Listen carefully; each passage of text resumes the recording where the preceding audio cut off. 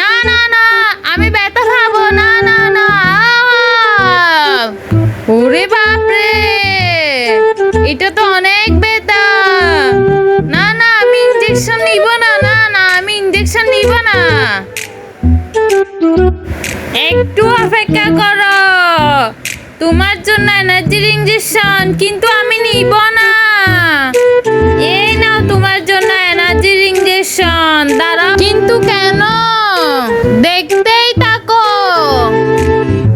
বন্ধুরা, তুমি যদি সত্যি এই লেখাকে ভালোবেসে থাকো তাহলে চ্যানেলটি সাবস্ক্রাইব করে কমেন্টে লিখতে হবে আই লাভ আল্লাহ। আর যদি না করো তাহলে আমি বুঝে নিব তুমি এই লেখাকে ভালোবাসো না। এইটা আমি